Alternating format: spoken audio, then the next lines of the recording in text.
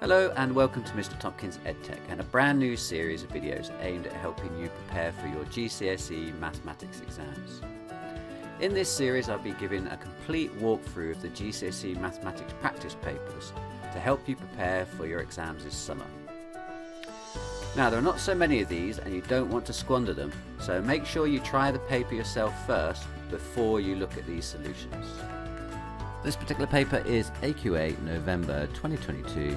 Paper 2, Foundation Tier. Check the front cover of your paper to make sure it's the same one. If it's not, have a look through the playlist linked above, which includes all the GCSE Maths video walkthroughs I've recorded so far. I'm busy recording all of the GCSE practice papers, so if the one you're looking for isn't there already, why not subscribe by clicking the big red button below and check back in a few days. Don't forget to click on the bell so that you'll get a notification when I upload the next paper.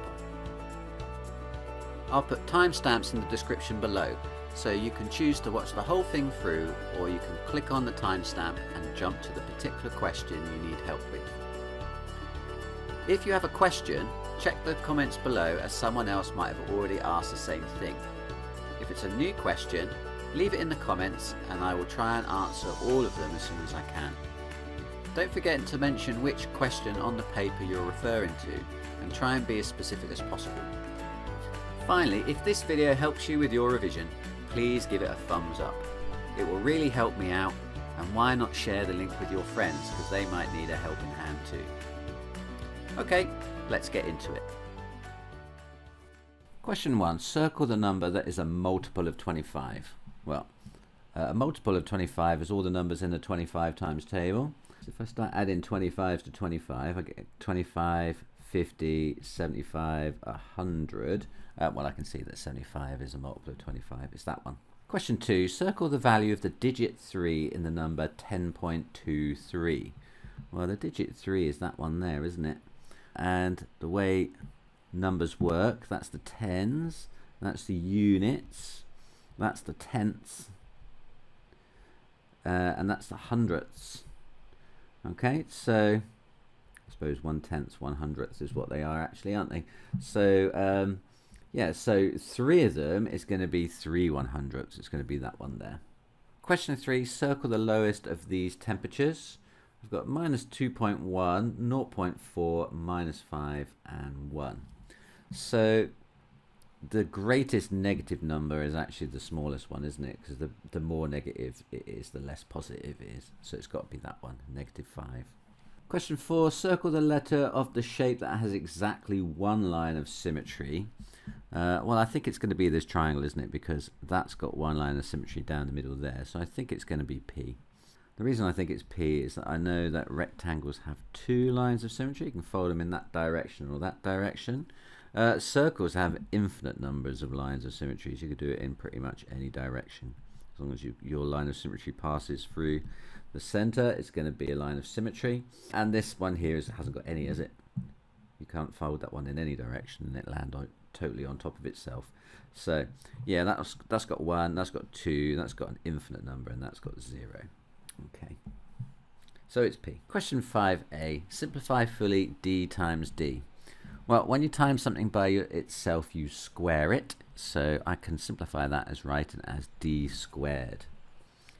Simplify fully n divided by n. Well, if you divide anything by itself, it just kind of cancels each other out, doesn't it? And you end up with 1. So any number divided by itself is 1. So n divided by n simplifies to 1. Finally, 5c, simplify fully 1/3 of 6t. Well, you can cancel that 3 into the 6, leaving 2. And so that leaves me with 2t overall then, isn't it? 6t divided by 3 is 2t. Question 6a, write a number in the box to make the calculation correct. 16 divided by something is 0.0016. So I think this has been divided by a factor of 10, isn't it? A power of 10. The decimal point started here, and it's gone 1, 2, 3 jumps to the left, isn't it? You've ended up with 1 there. So it's going to have an extra 0 in like that and that.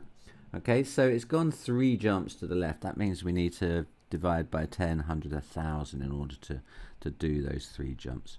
So it's going to be 16 divided by 1,000. Okay, you could confirm it on your calculator. Alternatively, you could just spin it round and do what's 16 divided by 0.016, and that would also give you the same answer of 1,000. 6b, write a number in the box to make the calculation correct. I've got 18.4 plus 3.9 plus something is 27. I think what I'm going to do is I'm going to add these two together first and then take them away from 27. So in other words, I'm going to do 27 minus 18.4 plus 3.9. So adding the 18.4 together with the 3.9 and then taking it all away from 27. So if I put it in brackets, it will do that for me. So 27 minus open bracket 18.4 plus 3.9. So that comes to 47 over 10, which is 4.7.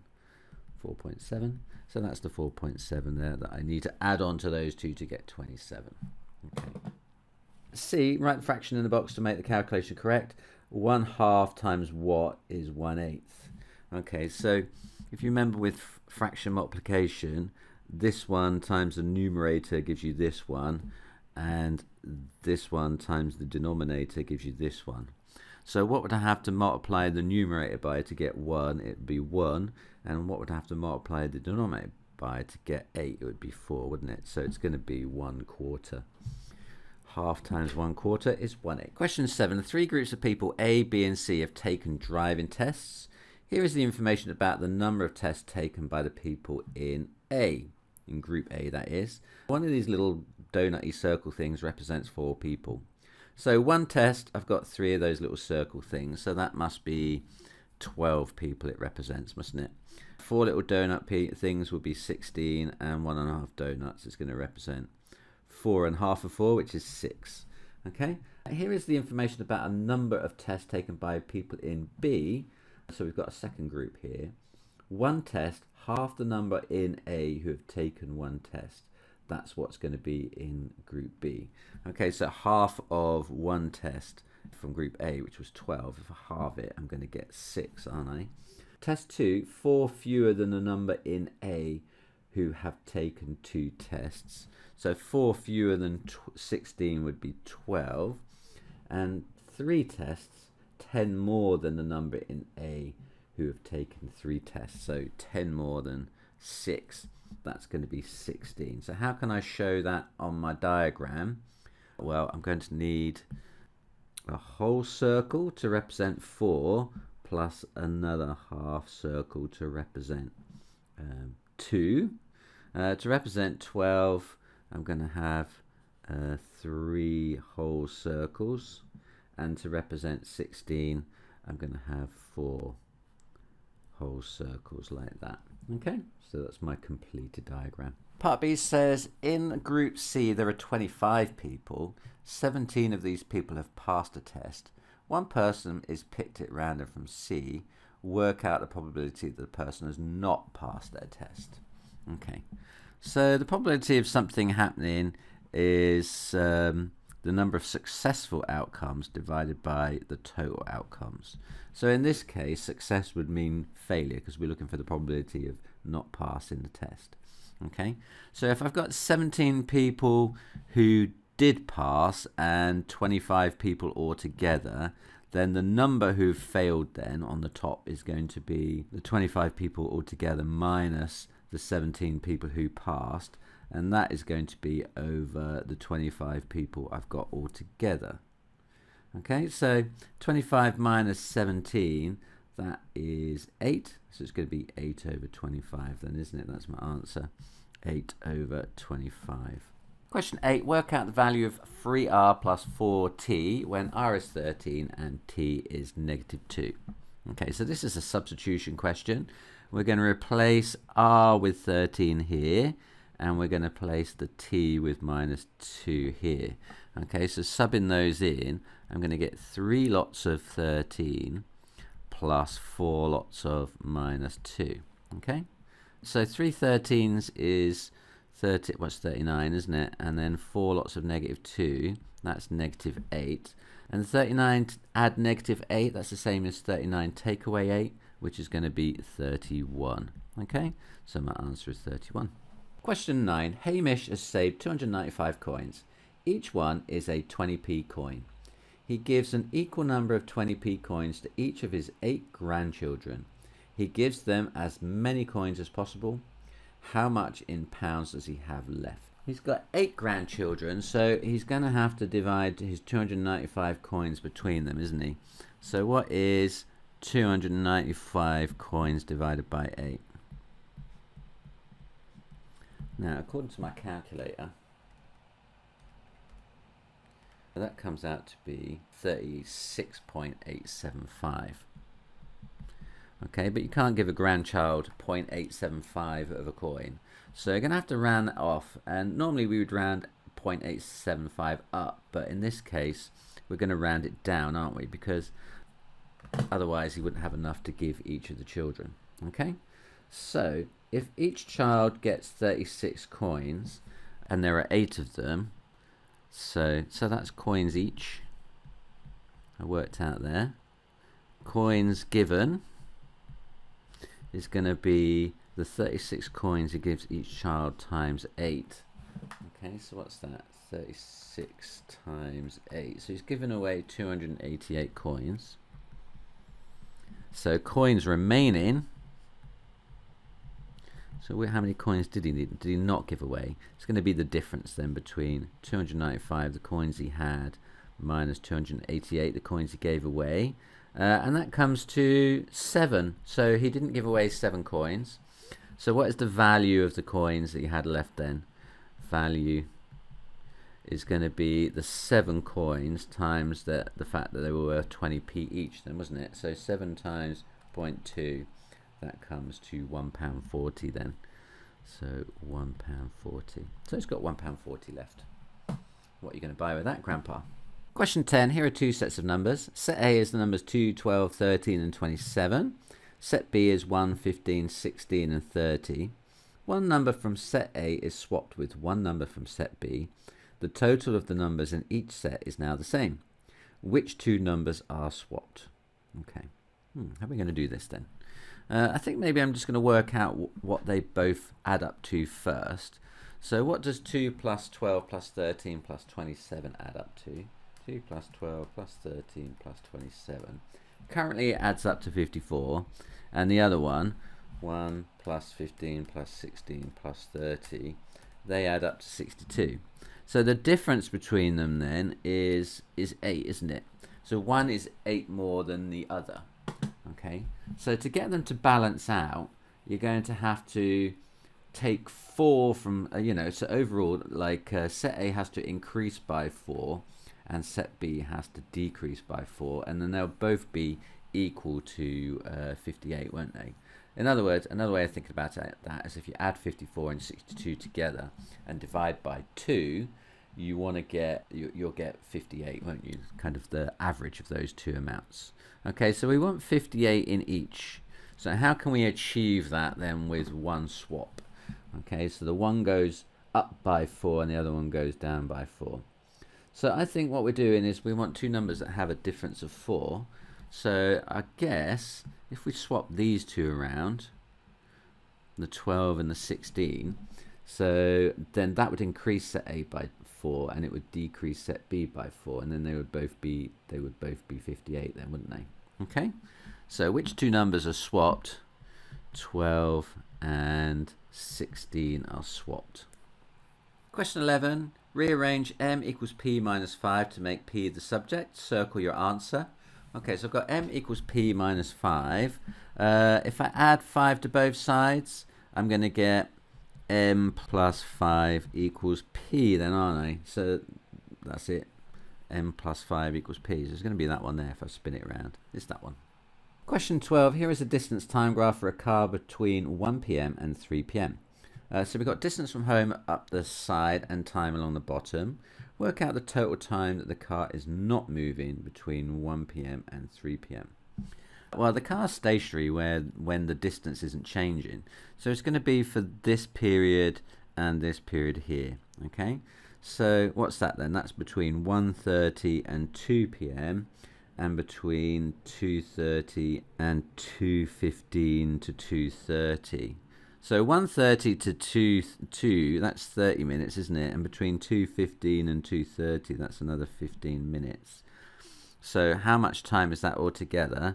That's going to be 30 plus 15 equals 45 minutes. Okay, so I had to state the units, it's in minutes. Part B says, work out the total distance the car travels between 1 p.m. and 3 p.m. Okay, well, basically, it goes from 0 up to, what's that, 29? Each one of those little divisions is 1, isn't it? So that's going to be 29. So it goes from 0 to 29, and then it goes from 29 back down to 0 again. It has a little stop along the way. But essentially, it's going 29 in one direction, and then coming back 29, isn't it? So how much is that in total? Well, 29 plus 29, that's 58, isn't it? That adds up to 58. So it's gone altogether a total distance of 58 miles. Okay.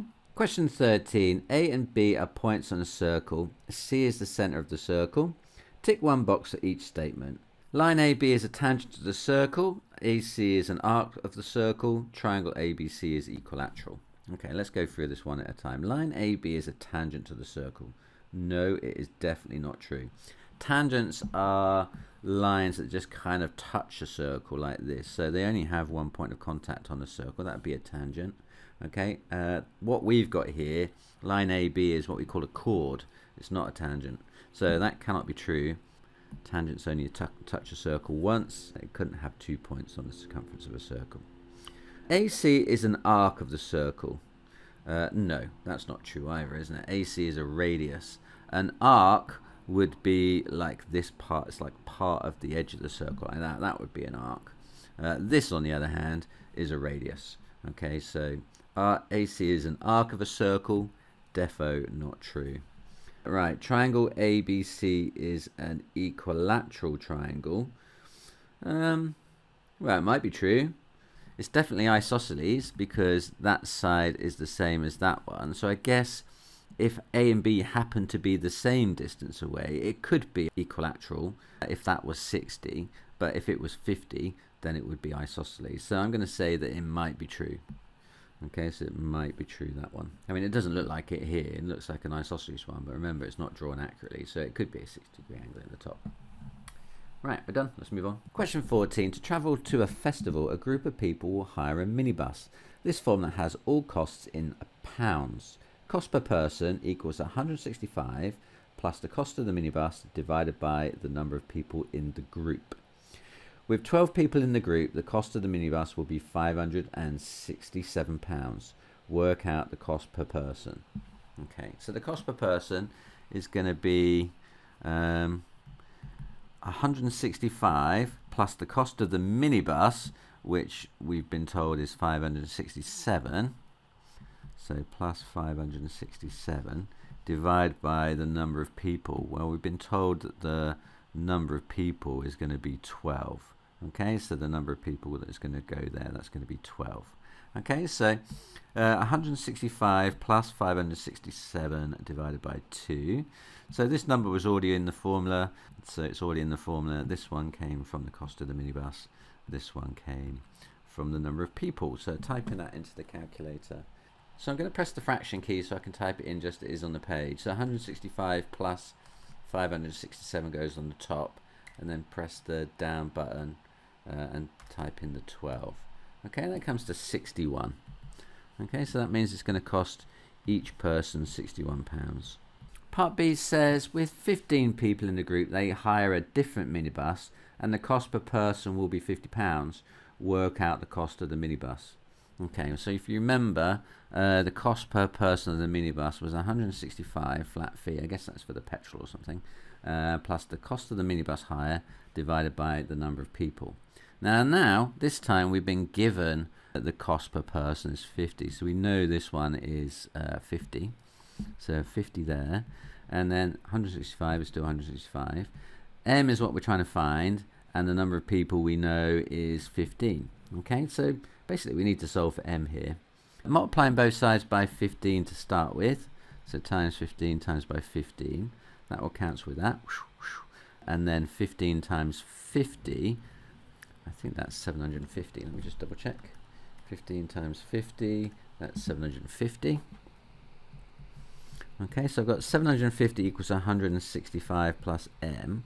So then if I then take 165 away from both sides, that's going to leave me with m on its own, isn't it? Because these will cancel, go away, and that will leave me with just m there.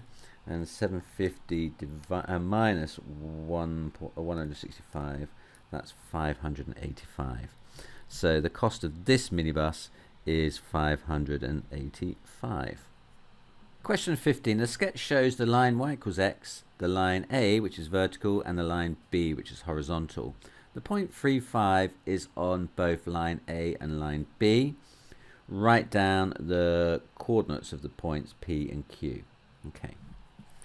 Right, line A is a vertical line. Any line that is vertical, that has got the equation x is equal to something, and it's equal to whatever value it passes through the x-axis as. And at this one, because this one here is 3, then it's going to be 3 all the way along that line, isn't it? So this is the line x is equal to 3, and that means P has coordinates 3, because the x coordinate is 3, and then 0 because it's on the x-axis, means that y is 0. So I know that P is going to be 3, 0 already.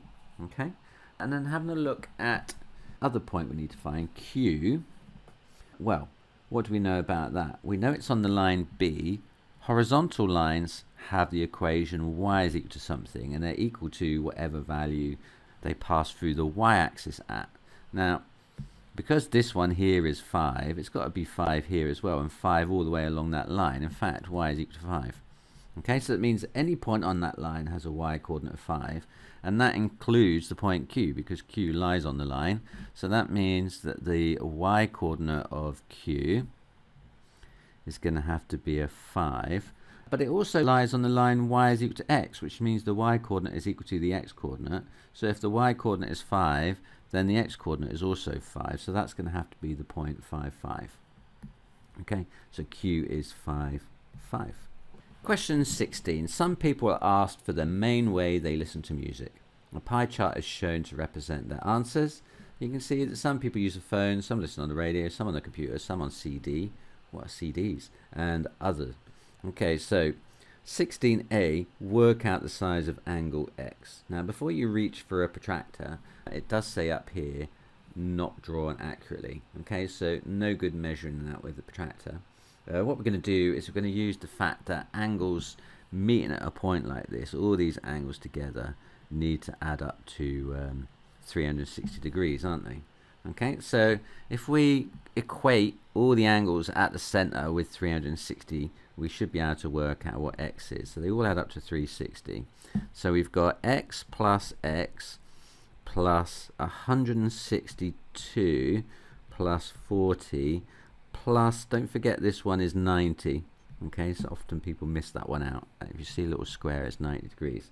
So x plus 162 plus 40 plus 90. So if we add those together, then we can take it away from 360 to find x, 2x then, can't we? So what is 162 plus 40 plus 90? That adds up to 292. So this becomes 2x plus 292 is equal to 360. And then subtracting 292 from both sides, that will cancel. And 360 minus 292, that gives me 68. So 2x is equal to 68. And then so x we're going to get by dividing that by 2. So that's going to be 34 degrees then, isn't it? Okay. Part B says 135 people said computer. How many people said phone? Well, 135 people, so the angle is 135 Right, so we know that this 135 people is represented by this 90-degree angle here. Okay, so if we're looking at like angle to people, like as a ratio, then gone off the page a bit there. Let me just bring it back in. So if I'm going angle to people as a ratio, then the angle of 90 represents 135 people. Now, I want to know how many people are represented by an angle of 162, because that was the angle that represents the number of phone users. Now, in order to do that, I'm going to use what was called the unitary method. I'm going to go via 1, and then I'm going to find 162. Okay, so to go via 1 or via the unitary method, if I take the angle 90 and I divide it by 90, I'll get 1. And if I take that and I times it by 162, I'll get 162. But what you do to one side of the ratio, you have to do to the other. So if I divide 135 by 90 and then times it by 162, I should get my answer there. Okay, so 135 divided by 90, that gives me 3/2 or 1.5. So that becomes 1 degree represents 1.5 people. So then timesing that by 162, that gives me 243 people. So how many people said phone? 243 people said phone. Okay. Question 17. Complete this statement. 10 to the power 8 is how many million? Right, well 10 to the 8 is 1 followed by 8 zeros. 1 followed by 1, 2, 3, 4, 5, 6, 7, 8.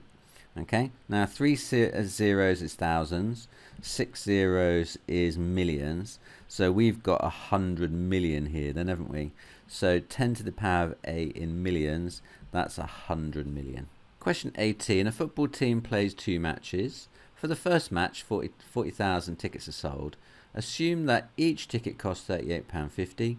Work out the total amount of money from ticket sales for this match. Okay. So if they sold 40,000 tickets and each ticket costs £38.50, then the total amount is going to be those two numbers multiplied together, isn't it? So 40,000 times £38.50, what's that then? So 123 times 38.5, that comes out to be quite a lot. That's 1.54 million, isn't it? So 154,000,000. That's why there's so much money in football. So there we go. So £1,540,000. Right, okay. Part B, it says, in fact, for the first match, some of the tickets cost less than £38.50 and some of the tickets cost more than £38.50. What does this mean about the total amount of money from the ticket sales for this match? Tick one box. Will it mean that there will be more or less or the same or less or not possible to tell? I think it's not going to be possible to tell because it's going to depend on how many cost less and how many cost more. For instance, like if 100 costs less but 1,000 costs more, then clearly you're going to make more money because what you've lost from the 100 tickets costing slightly less is going to be more than made up by the 1,000 tickets costing slightly more. And it also depends on how much less and how much more. You know, even if you had the same number of tickets, some costing more and some costing less. You know, if 100 cost £5 less, but 100 cost £100 more, again, that's going to be a different result, isn't it? So I don't think it's possible to tell without knowing how many tickets and how much. Part C says, for the second match, the number of tickets sold increases from 40,000 to 55,000. Is the increase in tickets sold more than 35%? You must show your working. Okay. So this is a percentage change question. We need to find the percentage. So I'm going to use the FOM triangle. Stick your thumb on it to help me work this out. Okay, so what's F, what's O, what's M? Now, F stands for the final amount. So in this case, our number of tickets sold went up to 55,000. So the final amount in the second game was 55,000. Now the original amount of tickets sold was this one. This is the one they sold in the first game, So that is 40,000. And the multiplier, well, actually that's what we're trying to find, isn't it? This is the unknown thing that we're trying to work out. Okay, so what we do with the triangle is we cover up the thing I want to find, and then that tells me what to do with the other two things. So here, if I cover up multiplier, then it tells me that the multiplier is equal to the final divided by the original. So what's that then? Final is 55,000 divided by 40,000. And what does that work out to be then? So 55,000 divided by 40,000. That comes out to be 11/8 or 1.375. So that's equal to 1.375. Now that's a decimal. As a percentage, that is 137.5%.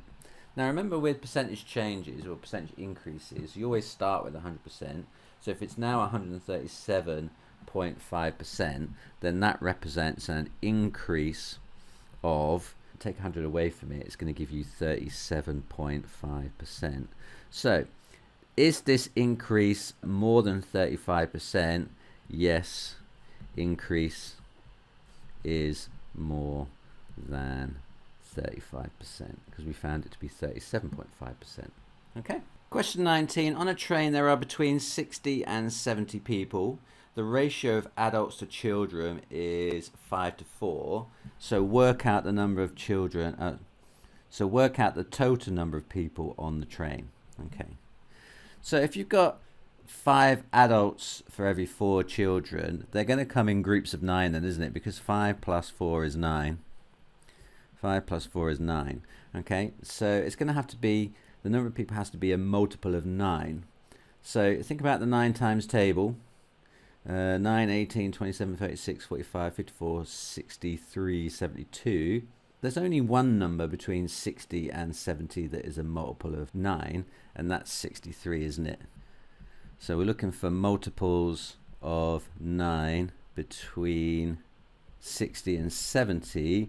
There's only one, and that's 63. So the total number of people on the train must be 63. The composite bar chart shows information about the percentage of drinks sold at a cafe in 2007 and 2019.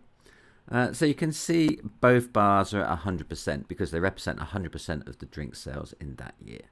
Okay, so part A says in 2007 the cafe sold a total of 24,000 drinks. How many more teas than coffees were sold? Okay, so teas is the white one and coffees is the kind of grey one. And just reading the scale here, can you see there are 5 divisions between each 10 on the graph? So like 1, 2, 3, 4, 5. So each one of those divisions must be 2%, mustn't it? So the height of the coffee bar in 2007 is at one little square above 40. So that means that coffee was at 42%. And then tea goes from 42 up to 90. So tea is going to be 90 minus 42, which is, what's that, 48%? Okay, so 48% is tea and 42% is coffee.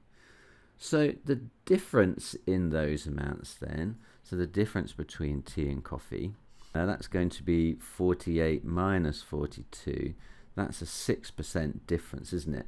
So if I can find 6% of 24,000, that will be the difference. That will represent the difference that I want to find, then, isn't it?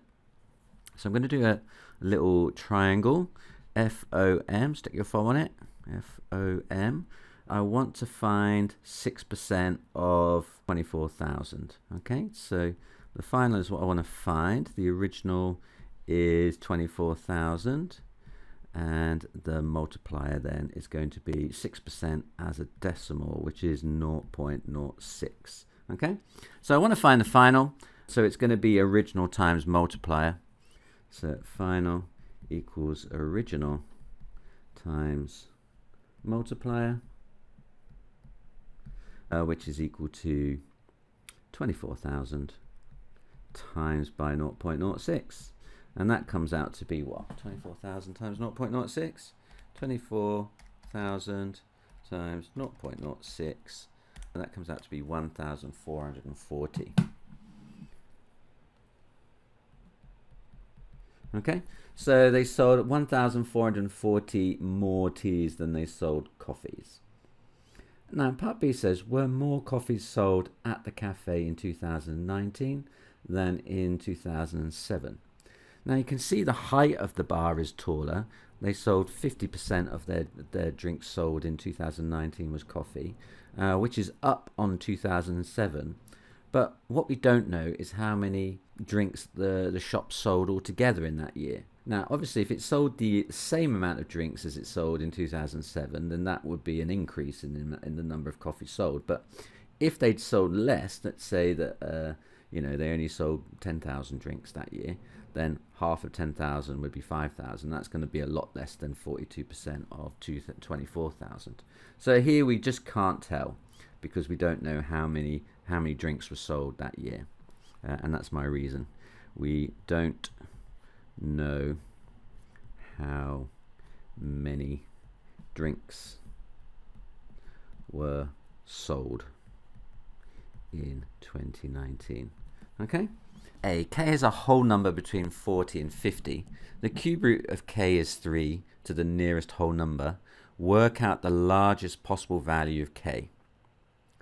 Okay, so if the cube root of k is 3 to the nearest whole number, then what limits is the cube root of k between then? So the cube root of k is going to be between 2.5 and 3.5. Now it can be equal to 2.5, but it can't be equal to 3.5 because that's the range of numbers that round to 3.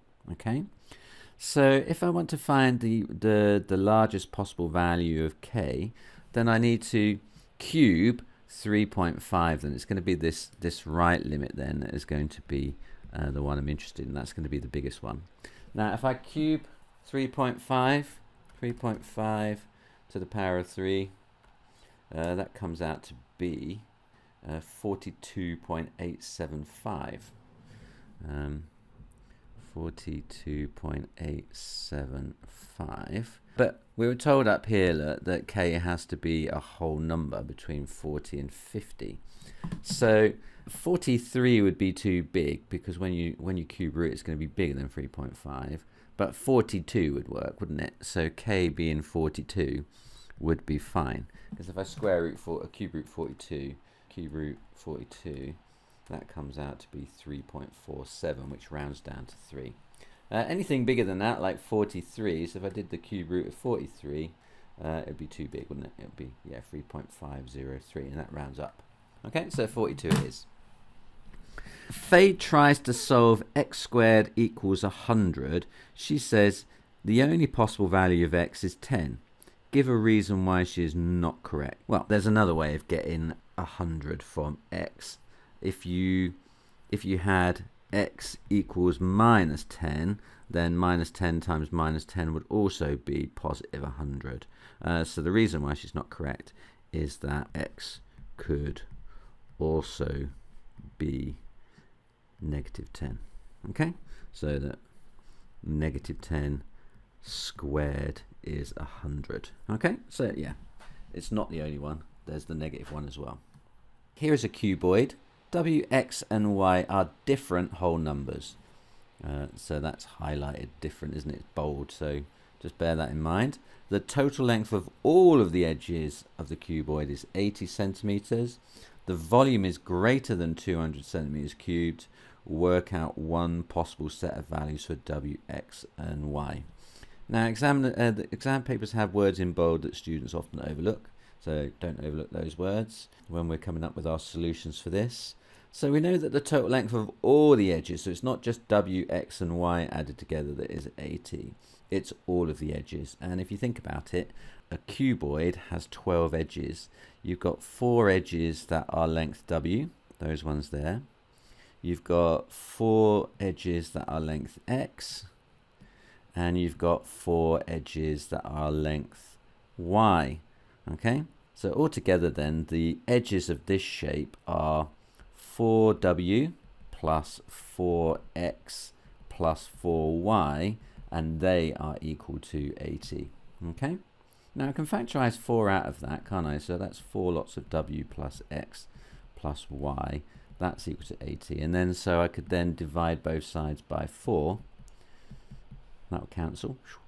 Leave me with w plus x plus y is equal to 80 divided by 4. That's 20. It's a little bit more manageable. Okay. So I've kind of dealt with that one. I'm not going to get any more joy out of that sentence. Now the volume is greater than 200 centimeters cubed. Okay, so the volume is the three things multiplied together. So wxy is greater than 200. So I've kind of got an equation in 3 unknowns and an inequality in 3 unknowns. So what can I do with these then? I guess I could just try some values out, I guess, because there can't be that many, can I? If I've got 3 different numbers and they add up to 20, what are the possible values for them? So let's say we make a bit of a table over here, w, x, and y. Let's start with w being 1. X can't be the same, let's make it 2, and then y has to be the rest then, doesn't it, to make it 20. So that would have to be 17. So 1 times 2 times 17. That's nowhere near, is it? So that the volume of that would be 1 times 2 times 17, that would be 34. Okay, so that's not big enough. Okay, so having 2 small numbers and 1 big one doesn't seem to deliver us the results that we want. Let's change it. Let's go for 5, 6, and what's left over? Then that would be 11, and that would give me 9. So about 5, 6, 9 then. Would that work? 5 times 6 times 9. Yeah, that one works. That's 270. Okay, so work out one possible set of values for w, x, and y. There we go. There was one already. So w could be equal to 5, x could be equal to 6, and y could be equal to 9. Now there are plenty others that you could pick as well, I guess. Could you? What about, I mean, you could have 4 and 5, 4, 5, and 11. I think that would probably work as well. 4 times 5 times 11. Yeah, that would work as well. So it's not the only solution. You can find others. So as long as your 3 numbers add up to 20, and then when you multiply them together, you get a number which is greater than 200, then it's an acceptable solution. Okay, so the other solutions are available. Now in the diagram, it does look like w is longer, and I was wondering maybe you had to make that the longest one w, but I just checked the mark scheme, and they're accepting 3 numbers in any order. Part B says here is a solid cube. I've got a cube and it's got 3a, 3a, and 3a written on it. And it says circle the expression for the total surface area in centimeters squared. Okay. Well, a cube has got 6 faces and each face is identical. Here's one of them here on the side here. Now the area of this face would be, it's going to be 3a times 3a, isn't it? Okay. So 3a times 3a is going to have an area of 9a squared, and we've got 6 of those, so the total surface area of this shape is going to be 6 lots of 9a squared. 9 6s, 54, so that's 54a squared altogether. It's that one on the end there. The equation of a line is y equals 3x minus 6. Circle the coordinates of the y-intercept. Now equations of straight lines look like y equals mx plus c, where m is the gradient and c is the y-intercept. So in the equation I've been given, this 3 here in front of the x is the gradient. It's a gradient of 3. And this minus 6 on the end is the intercept. Now that's the y-coordinate. So if you were to write it down as a coordinate, then minus 6 would be here. Now the x value is going to be 0, isn't it? Because it's on the y-axis, and the y-axis is when x is 0. So the coordinate is going to be this one here. Question 24a, work out 2.8 to the power 4 plus the root of 158.76. Give your answer as a decimal. Well, this looks like a straight up use of calculator question. Can I type that into my calculator without making a mistake? Yes, I can. So if I put in 2.8 to the power of 4, and then right click to get out of that power box, and then plus the root of, and then I'm going to type in 158.76. So on these modern calculators you should be able to get it looking exactly like it is on the page. Mine does, so I'm going to press equals, as a decimal, that is 74.0656. So I'm just going to write down the whole thing. 74.0656. Okay? And I know that's worth 2 marks, and it says, you know, normally I'd show method, but there isn't really much method other than type the thing into the calculator. So yeah, that's it. All or nothing on that one. Part B says work out 6.09 times 10 to the 14 divided by 4.2 times 10 to the 9. Give your answer in standard form. Now you do have a kind of a standard formy button on your calculator. It's this one that says times 10 to the x. Okay, so I'm going to type my number in and put the mantissa part in first. Well, I'm going to use the fraction key actually, so it looks like it does on the page again. Then I'm going to type in the mantissa, 6.09. I don't have to press the times key. I just press this times 10 to the x button because it's already got a times built into it. So you can see it writes down the times and then the 10. And then we need to just put the exponent in, which is 14. Okay, so, and then I'm going to press the down arrow. I'm going to type in the mantissa of the next part of the number, 4.2. And then I'm going to press the times 10 to the x button. And then the only thing I really need to type in is the 9. So if I press equals on that, that comes out to be, my calculator says it's 145000. Now I need to write that in standard form, don't I? So how am I going to do that? Well, I'm going to take the digits part here, 145, and rewrite it as a number between 1 and 10 by putting the decimal point in there. Okay, and then I'm going to have to work out what the power of 10 is that I need to multiply. I've got 1, 2, 3, 4, 5 jumps from here up to here, so that means it's times 10 to the 5. Okay, so 1.45 times 10 to the 5. A tank contains 40 litres of water. Part A says water leaks out of the tank at a rate of 1.2 litres per minute. The leak is stopped after 20 minutes. Show that when the leak is stopped, the tank contains 16 litres of water. Okay. Right, so this is the rate of change. So every minute it is changing by 1.2 litres. Okay. So the volume in the tank is going to follow the formula. It's going to start with 40, and then it's going to be minus 1.2 lots of t, where t stands for the number of minutes. Okay, that's the formula because you've got 40 litres to start with, and every minute you're taking 1.2 litres out. Okay, so after 20 minutes, that's going to be 40 minus 1.2 lots of 20 then, isn't it? So 1.2 lots of 20, what's that then? So 40 minus 1.2 times 20, that comes to 16 litres. Okay, so that comes to 16 litres. Oh, yeah, that's what we are meant to do. Okay. So we've done it, 16 litres. Part B says the tank is refilled with water from a tap. The graph shows the amount of water in the tank after the leak is stopped.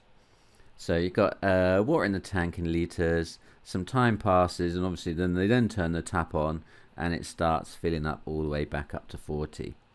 Complete this report by writing a number in each answer space. Blankety blank minutes after the leak is stopped, the tap starts to refill the tank. Okay, so I think they must be talking about this section here. Okay, so that's the time we're waiting before the tap turns on again. Okay, so what reading is that then? So reading down from there to the graph. That is there then. What's that? So I've got 10 squares between 0 and 5. So each square, well, 2 squares must be 1 then, isn't it? So I've got 1, 2, 3, and that's going to be 3 then there, isn't it? So after 3 minutes after the leak stopped, the tap starts to refill the tank. The rate at which the tank refills at is blankety blank litres per minute. Okay, well, how fast does it take to fill the tank? It goes from 3 minutes to 15 minutes, doesn't it? That's the time it takes to go from there to there. So how many minutes is there between 3 and 15? So time taken equals 15 minus 3. That's 12 minutes. Okay, and how much does it fill up in that time? Water filled. It has a capacity of 40, but it started at 16, didn't it? So 40 minus 16, that's 24 litres. So it filled up 24 litres in 12 minutes. So then the rate of flow, the rate is going to be the number of litres it put into the tank divided by the number of minutes it took. So that's going to be 2 litres per minute then, isn't it? Okay, so that is 2 there. 2 litres per minute. Question 26. Here is a triangle. Yep, there is. Use Pythagoras Theorem to work out the value of y. Give your answer as a decimal. Okay. Well, Pythagoras Theorem states c squared equals a squared plus b squared, isn't it? Where c is the long side of your triangle. That's c. This could be a and this could be b. It doesn't really matter. But here we've got the long side. We want one of the shorter sides, so we need to make that the subject. So I could say that b squared equals c squared minus a squared then in that case. So when you're finding one of the shorter sides, you square, subtract and square root. When you're finding the hypotenuse, you square and you add and you square root. We're finding short side, so we're going to be doing the subtracting this time.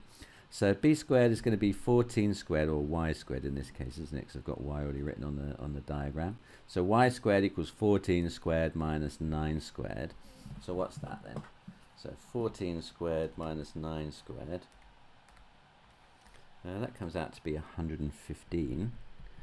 But we want y, so y is going to be the square root of 115 then. So root answer, that gives me 10.7 to 3 and change. So I'm going to round that on off to 3 significant figures. I'm just going to write that down as 10.7. Y equals 10.7. Okay, 3 significant figures is fine. The length of this rectangle is 6 times the width. 2 of these rectangles are joined with no overlap to make this L shape. The perimeter of the L shape is 98.8 centimeters. Work out the value of the perimeter of one of the rectangles. Okay, so basically we need to know what x is, isn't it? Because once I know what x is, then I can work out the perimeter of the whole thing. Okay, so what have we got here? We've got one of these is the same as one of these down here, isn't it? Okay, that's the same thing. So all the dimensions from the one at the top I can add to this one down here. Okay, so that is going to be 6x, that's going to be x, that's going to be 6x. This one's going to be x because it's also the same. This one is going to be 6x because it's also the same. This one is going to be the x because it's also the same. This one has to be 6x take away x. It's going to be 5x, isn't it? Can you see that? Because you've got x here. That one there is x. So take it away from 6x. You're left with 5x because that one plus that one must be the same as that one there, mustn't it? Okay. I hope that's clear. So then let's form an equation in x for the perimeter of the big one. So starting in the top left hand corner and working our way around the shape, we're going to have x plus 6x plus 5x plus x plus 6x plus 6x. So the perimeter of the big one is going to be all those added together, plus x plus 6x plus x plus 6x. Okay, have I got them all? 1, 2, 3, 4, 5, 6, 7. 1, 2, 3, 4, 5, 6, 7. So how many x's do I have here? I've got 1, 7, 12, 13, 19, 20, 26. So the perimeter of this shape is 26x. And we're told that that's equal to 98.8. It tells us so here, doesn't it? Okay, so the perimeter is 98.8. And I worked the distance around the shape was 26x. So if I divide both sides by 26, I should get the length of x then, shouldn't I? So what's that then? 98.8 divided by 26. That comes out to be 3.8. So x is 3.8. Okay. So once I know that perimeter of the L shape is 3.8, then coming up to this shape up here, the perimeter of this shape then, that's going to be 6x plus x plus 6x plus x, which comes to 12, 13, 14x, isn't it? But now I know that x is 3.8, so that is equal to 14 lots of 3.8, giving me a perimeter of 14 times 3.8. So equal rectangle has a perimeter of 53.2. 53.2. I guess it's in centimetres, isn't it? 53.2 centimetres. Written as the product of prime factors, 12,600 is 2 cubed times 3 squared times 5 squared times 7. And 14,112 is 2 to the power 5 times 3 squared times 7 squared. Work out the highest common factor of those two numbers. Give your answer as an integer. Well, we can easily work out HCFs of two numbers if we've got them in factor form like this. I'm just going to write them out in expanded prime factor form so we can see all of the individual factors clearly. Okay, so that's 12,600, and then 14,112. That's 2 times 2 times 2 times 2 times 2 times 3 times 3 times 7 times 7. Okay, so the HCF will be made up of all the terms that are in both. Okay, so I've got a 2 in both here, I've got a 2 in both here, I've got another 2 in both here, and I've got more 2's in the bottom number. I haven't got any more to match it in the top one. I've got 2 3's in both, 3's in both, and I've got a 7 in both. Okay, so altogether what I've got in both is 2, 2, 2, 3, 3, 7. Okay, and then if I multiply those all together, that is going to give me my HCF. So 2 times 2 times 2 times 3 times 3 times 7. What's that then? 2 times 2 times 2 times 3 times 3 times 7. That comes out to be 504. Okay, so that's my HCF, 504. You can find more exam question compilations over here. For more past paper walkthroughs, click down here. If you want to visit my Amazon shop with my recommendations for calculators, revision guides and other maths related stuff, click down here. Good luck in your revision and in your exams, and see you again next time.